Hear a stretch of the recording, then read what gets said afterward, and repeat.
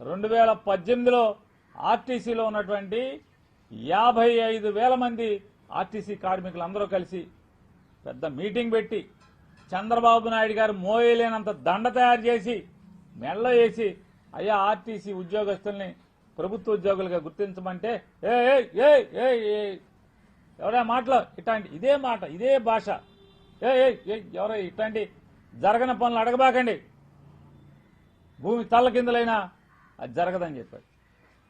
2019లో జగన్మోహన్ రెడ్డి గారు గెలిచారు. 2020లో ఆర్టీసీ కార్మికులను 53,000 చిల్లరంటే సుమారుగా 54,000 మంది ఆర్టీసీ కార్మికుల్ని రాష్ట్ర ప్రభుత్వ ఉద్యోగులుగా మెర్జి చేసుకోవడం జరిగింది. జగన్మోహన్ రెడ్డి గారు ఎక్కి చంద్రబాబు నాయుడు గారు దిగే నాటికి 2019లో ఆర్టీసీకి ఉన్నటువంటి అప్పులు 6,300 కోట్ల ఆపరేషనల్ డెట్స్.